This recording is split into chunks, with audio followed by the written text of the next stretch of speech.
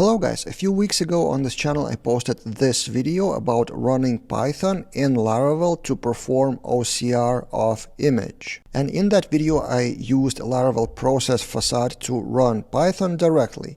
But in the comments you rightfully pointed out that there are better ways for production environments. So this video is a follow-up to showcase the same thing of image analysis, but with Python FastAPI in the background.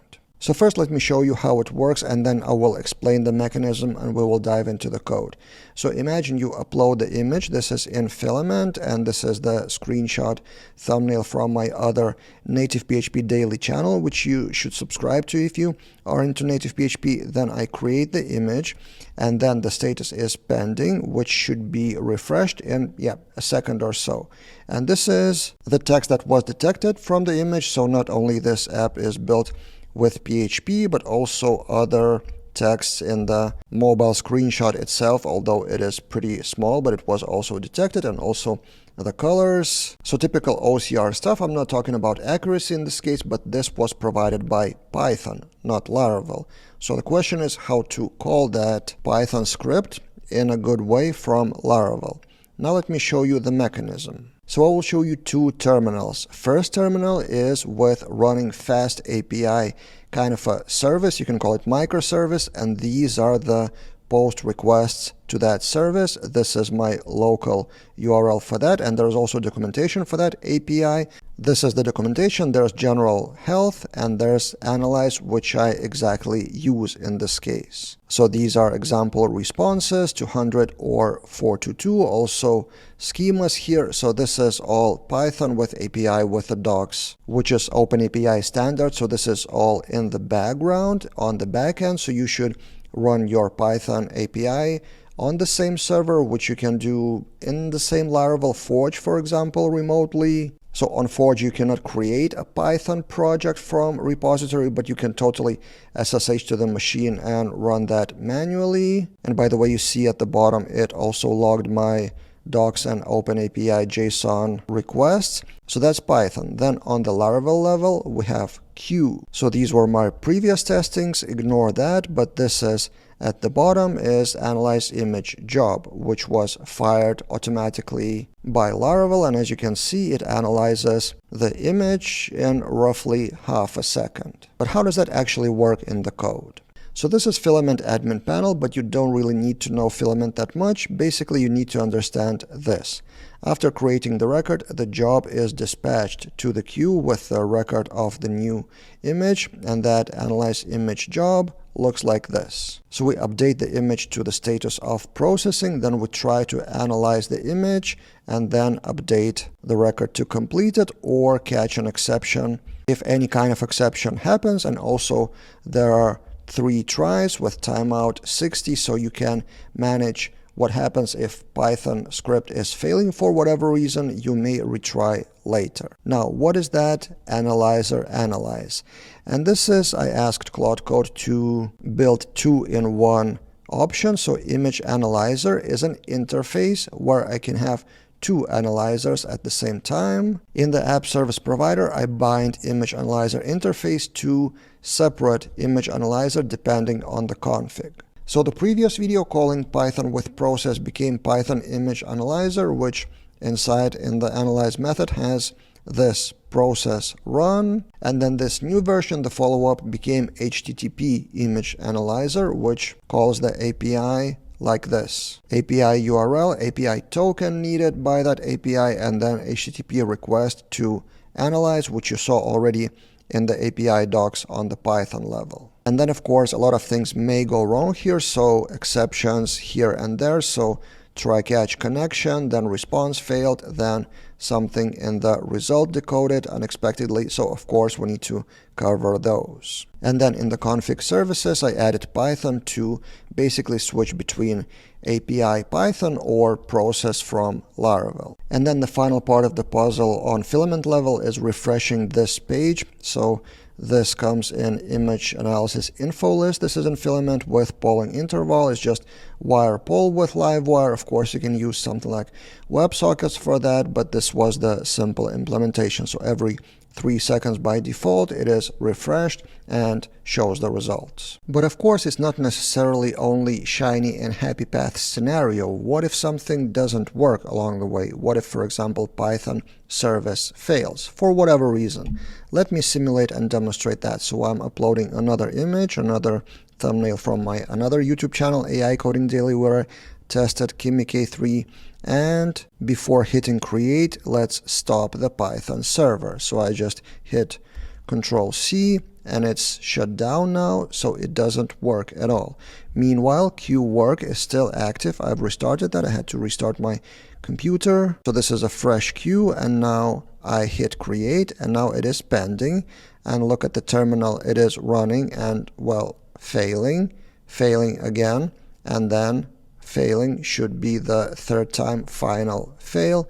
Yep, it is failed. And now look what happens on the website. First, it has failed status and error message below. And this is how it is handled in the Laravel queue job. So in that analyze image job queue, you saw 3 retries, and then down below there's back off, how many seconds to wait. So you saw the third retry was slower, 10 seconds after that.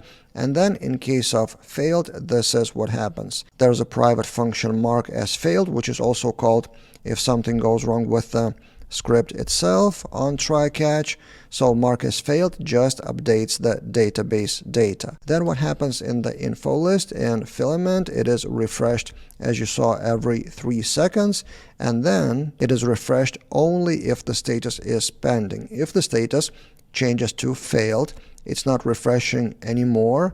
And then in the info list, that's how Filament works, text entries, we have failed status powered by enum, and then we show the badge of danger styled with fail message, and then at the bottom we have error message, which is visible only if the record error message is filled in the database. So this is one way to handle the failed scenario. If Python is down for whatever reason on the same server or separately, then queue job should fail and update the status of that record in the database, for example, and then your front end, whether it's Filament or something else, should take the data from that database and then inform the user that, well, something went wrong. Of course, this is just one way to handle that scenario. It depends on your queue job parameters and more details of your project. But then also we may retry the job. So in the Filament table, I've built this rerun button link, which works like this. So let's restart the Python script, the Python API.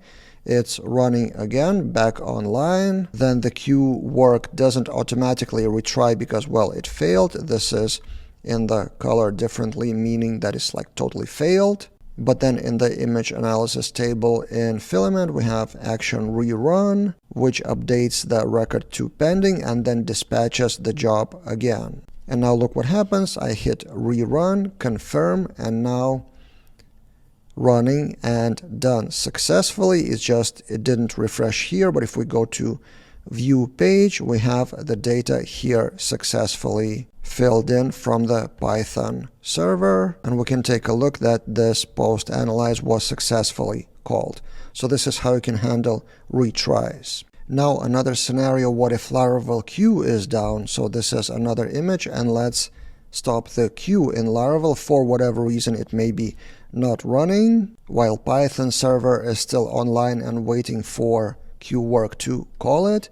But now if we create the record, it is pending and it's not even refreshing because it's not even calling that queue job. It is in the queue, in my case in database. So in the database table jobs, there's default queue, attempts 0, available and created at, but it is not executed until we restart the queue. So queue work again, and now it will be taken from the queue, and if we refresh, the database table should be empty, and then on the page it gets completed because again every 3 seconds it was waiting for the status to be changed in the database.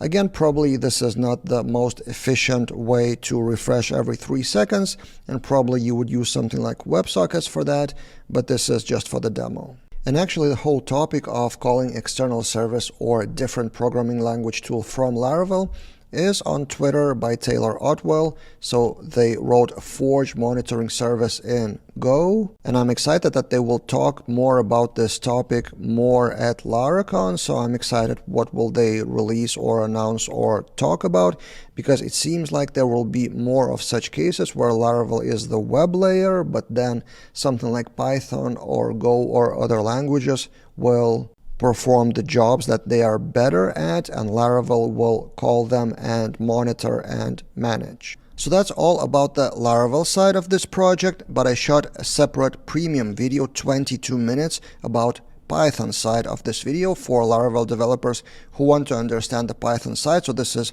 on Laravel Daily, 22 minutes, same video, but you should start watching from like 10 minutes. So this is 12 minutes longer than this one, also including the repository of the full code where I experiment with one interesting thing. So I'm thinking to release demos with learning mode. What does that mean? So this is Filament and this is learning mode off, but if you put it on, you will see some question marks, hints with explanations. So you will be able to see the code or my explanation at the button at the place where it's actually relevant. So how that thing works, you click and then you get the file and some explanation, and you can close this. Or for example, in the new image analysis, the question mark is here. What happens when create is clicked? So this is the explanation with specific files relevant to that.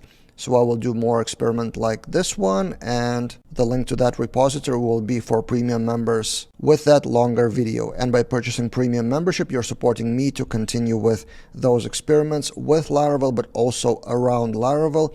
And I expect to be more around Laravel in the near future. So if you want to expand your knowledge, subscribe to the channel and to premium membership. But that's it for this time, and see you guys in other videos.